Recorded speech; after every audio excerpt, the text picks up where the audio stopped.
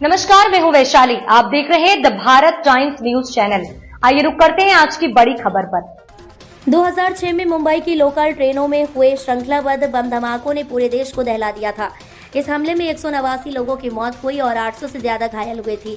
इस मामले की जांच के बाद कुल 13 लोगों को आरोपी बनाया गया, जिनमें से 12 पर मुकदमा चला। निचली अदालत ने 2015 में इन 12 में से 5 को फांसी और 7 को उम्र कैद की सजा सुनाई थी, लेकिन अब बॉम्बे हाई कोर्ट ने इस फैसले को पलटते हुए इन सभी को निर्दोष घोषित कर दिया है। ये फैसला न्यायमूर्ति अनिल किलोर और न्यायमूर्ति एस जी चांडक की खंडपीठ ने सुनाया। जांच पर उठे सवाल। बॉम्बे हाई कोर्ट ने अपने फैसले में ये भी कहा कि जांच एजेंसियों की कार्य प्रणाली में कई खामियां थी। अदालत ने स्पष्ट रूप से कहा कि आतंकवादी हमले जैसे संवेदनशील मामले में भी जांच में गंभीर लापरवाही की गई। कोर्ट ने पुलिस द्वारा इस्तेमाल किए गए कथित जब्ती मेमो, गवाहों की विश्वसनीयता और तकनीकी साक्ष्यों की विश्वसनीयता पर सवाल उठाया। अदालत ने यह भी माना कि जिन बयानों के आधार पर आरोपियों को सजा दी गई थी वे या तो दबाव में दिए गए थे या फिर भरोसेमंद नहीं थी। लंबी कानूनी लड़ाई।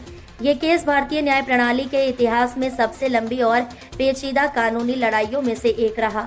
निचली अदालत के फैसले को चुनौती देने के बाद बॉम्बे हाई कोर्ट में अपील की गई थी। सुनवाई के दौरान हाई कोर्ट ने 8 वर्षों तक सभी तथ्यों और साक्ष्यों का विश्लेषण किया। आखिरकार 15 जुलाई 2025 को ये फैसला सुनाया गया, जिसमें सभी 11 जीवित आरोपियों को बरी कर दिया गया है और बताया गया है कि एक अन्य आरोपी की पहले की मृत्यु हो चुकी है।